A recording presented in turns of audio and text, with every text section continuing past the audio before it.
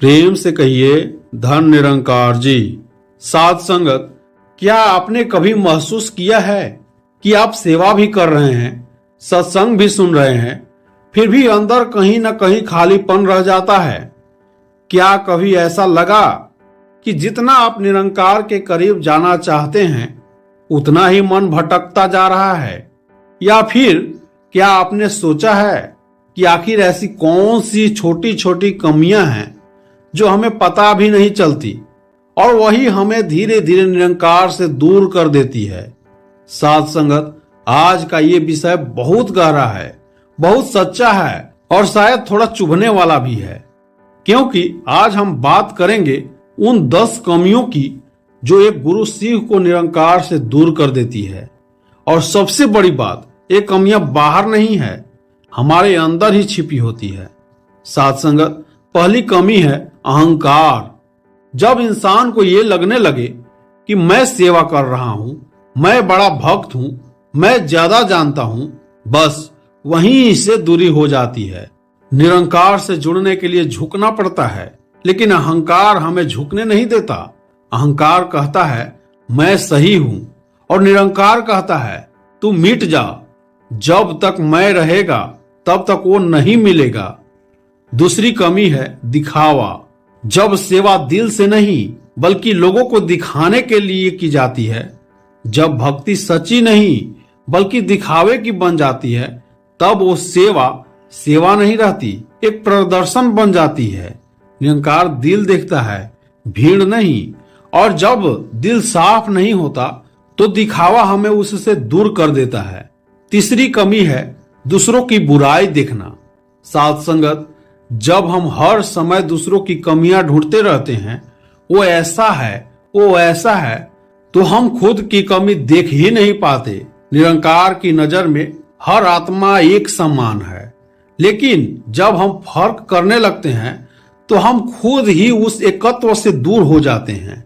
चौथी कमी है गुरु की बात पर विश्वास ना होना। जब हम सुनते तो हैं लेकिन मानते नहीं। जब हम कहते हैं ठीक है, पर बस वही पर हमें रोक देता है। गुरु की बात में शक हमें निरंकार से जोड़ नहीं सकता।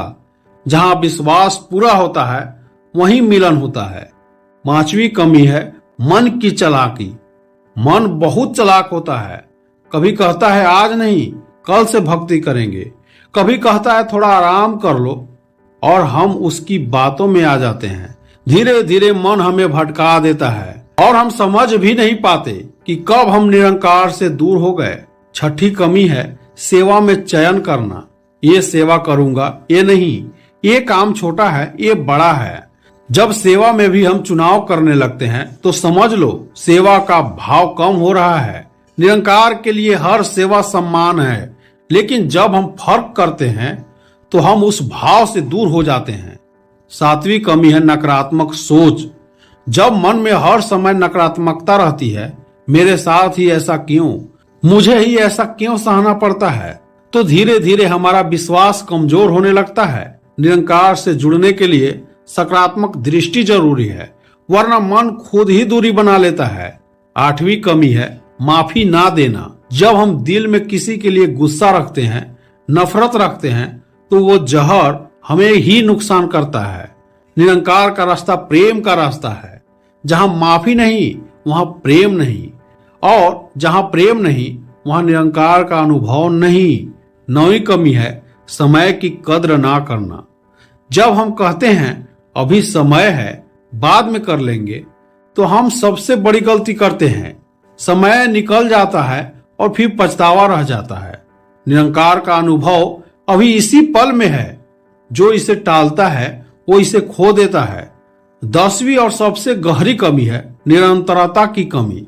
कभी भक्ति, कभी नहीं, कभी सेवा, कभी दूरी। ये उतार चढ़ाव हमें स्थिर नहीं होने देते। निरंकार से जुड़ने के लिए निरंतर जरूरी है।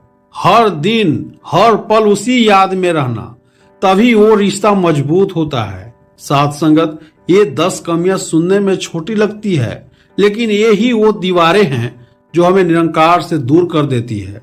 और सबसे जरूरी बात, इन कमियों को खत्म करने के लिए कोई बड़ा काम नहीं करना, खुद को समझना है और धीरे धीरे अपने अंदर बदलाव लाना है। आज अगर हम सच्चे दिल से ये सोच लें कि मुझे बदलना है, तो यकीन मानिए निरंकार खुद हमारे साथ चल पड़ेगा, क्योंकि वो दूर नहीं है, हम ही दूर हो जाते हैं। तो आज का सवाल यही है, क्या हम इन कमियों को पहचानेंगे? क्या हम खुद को बदलने की कोशिश करेंगे, या फिर इन्हीं के साथ जीते रहेंगे और धीरे धीरे उस सच्चे सुख से दूर होते जाएंगे? साथ संगत, चुनाव हमारा है, रास्ता हमारे सामने है और निरंकार हमेशा से हमारे साथ है। बस जरूरत है खुद को बदलने की। साथ संगत, आइए एक छोटे से साखी से समझते हैं कि एक छोटा सा गांव था जहां एक गुरु सिख रहता था। उसका नाम था अर्जुन। अर्जुन बचपन से ही सत्संग में जाता था, सेवा करता था और हर कोई उसे एक अच्छा गुरु सिख मानता था। लेकिन अंदर ही अंदर अर्जुन के मन में एक अजीब सा खालीपन था। उसे लगता था कि वो सब कुछ कर रहा है, फिर भी निरंकार को महसूस क्यों नहीं कर पा रहा है। एक दिन वो बहुत परेशान होकर अपने गुरु के पास गया।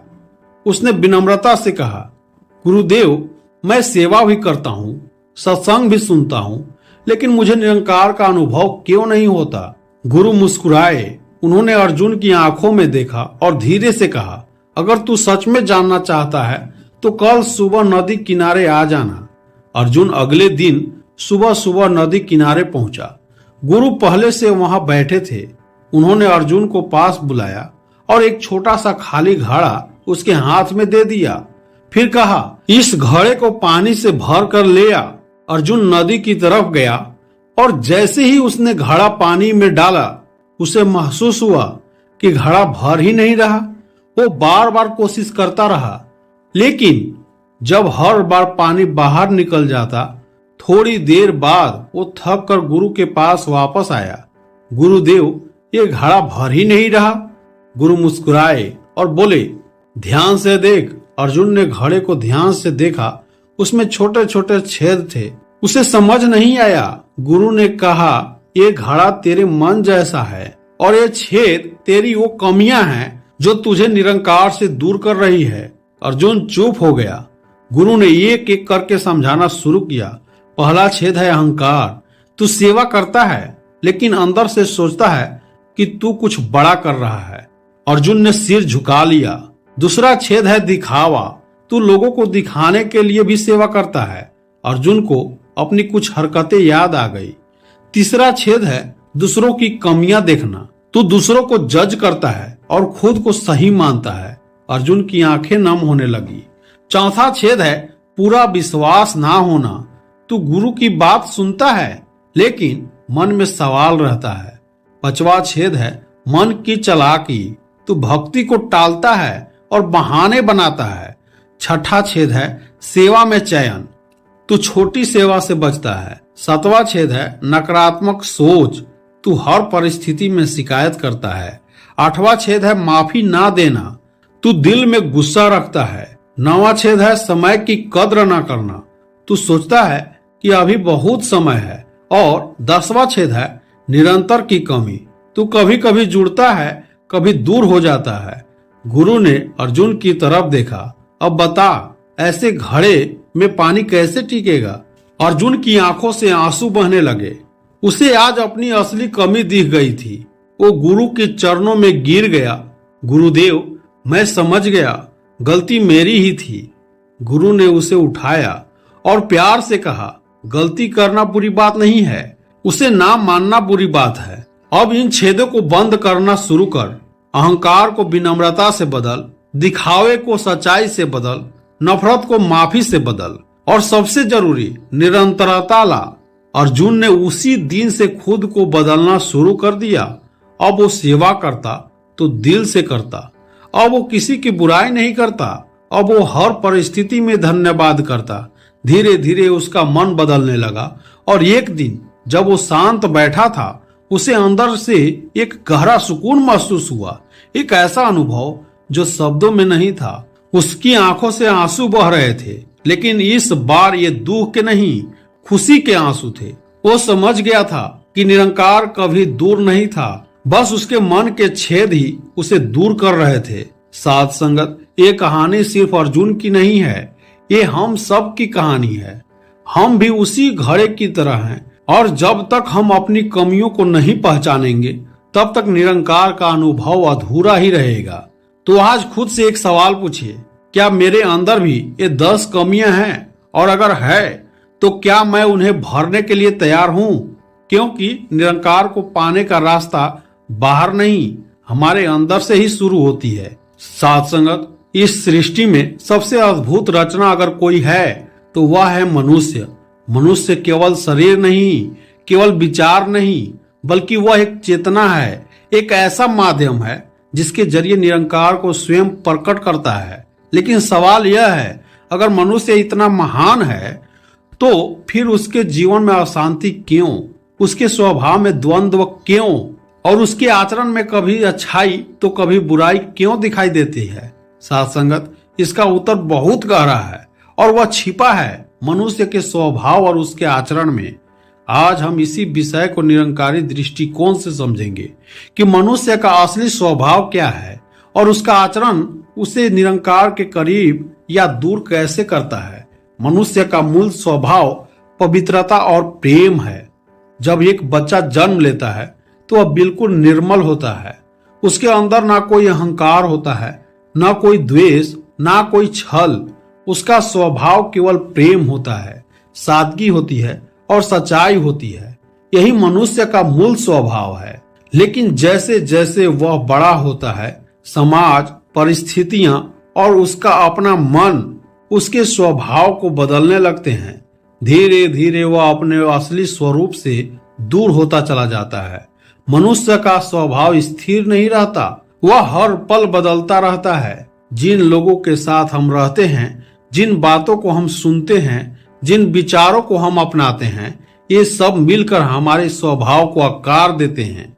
अगर संगत अच्छी हो तो स्वभाव भी अच्छा बनता है और अगर संगत गलत हो तो स्वभाव भी बिगड़ जाता है। इसलिए कहा गया है कि जैसी संगत वैसा रंगत। निरंकारी दृष्टिकोण हमें यह सिखाता है कि हम अपनी संगत को समझदारी से चुनें, क्योंकि वही हमारे स्वभाव का आधार बनती है। स्वभाव अंदर से होता है और आचरण बाहर दिखाई देता है। जो हम सोचते हैं वही हम करते हैं। अगर हमारे विचार शुद्ध हैं तो हमारा आचरण भी शुद्ध होगा। लेकिन अगर हमारे अंदर नकारात्मकता है तो वह हमारे व्यवहार में भी झलकेगी। इसलिए आचरण को सुधारने के लिए हमें अपने स्वभाव को सुधारना होगा। मनुष्य के स्वभाव में सबसे बड़ा विकार है अहंकार। जब इंसान अपने आप को सबसे ऊपर मानने लगता है, जब उसे लगता है कि मैं ही सब कुछ हूं, तभी से उसका पतन शुरू हो जाता है। अहंकार इंसान को दूसरे से अलग कर देता है और धीरे धीरे उसे निरंकार से भी दूर कर देता है। इसलिए मनुष्य को अपने स्वभाव से अहंकार को निकालना होगा और उसकी जगह विनम्रता को लाना होगा। क्रोध मनुष्य के आचरण को बिगाड़ देता है। जब इंसान गुस्से में होता है तो वह सही और गलत का फर्क भूल जाता है। वह ऐसे शब्द बोल देता है जो किसी के दिल को चोट पहुंचा देता है और बाद में उसे पछताना पड़ता है। इसलिए मनुष्य को अपने आचरण में धैर्य और शांति लानी चाहिए।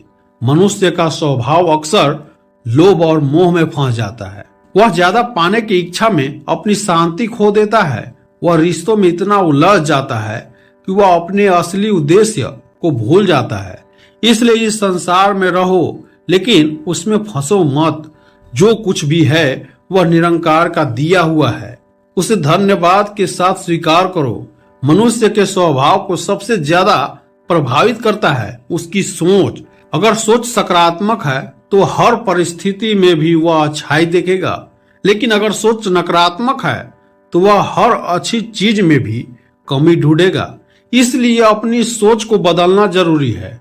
माफी देना मनुष्य के आचरण को सुंदर बनाता है। जब हम किसी को माफ करते हैं तो हम अपने दिल को हल्का कर लेते हैं।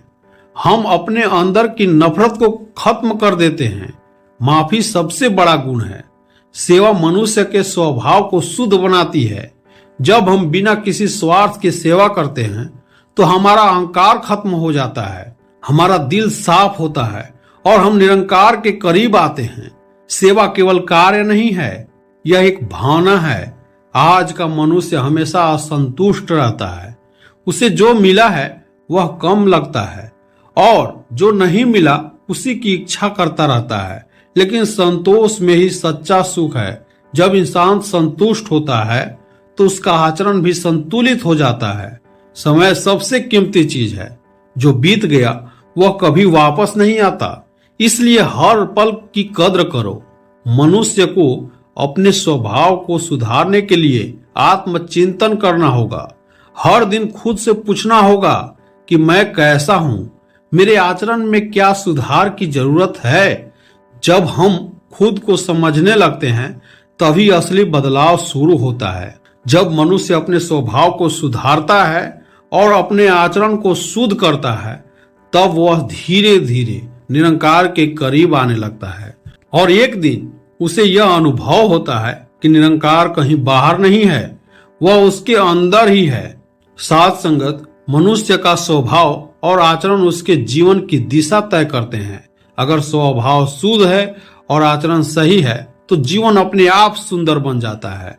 आज खुद से एक वादा करें कि हम अपने स्वभाव को समझेंगे, अपने आचरण को सुधारेंगे और निरंकार से जुड़कर एक सच्चा और सुंदर जीवन जिएंगे।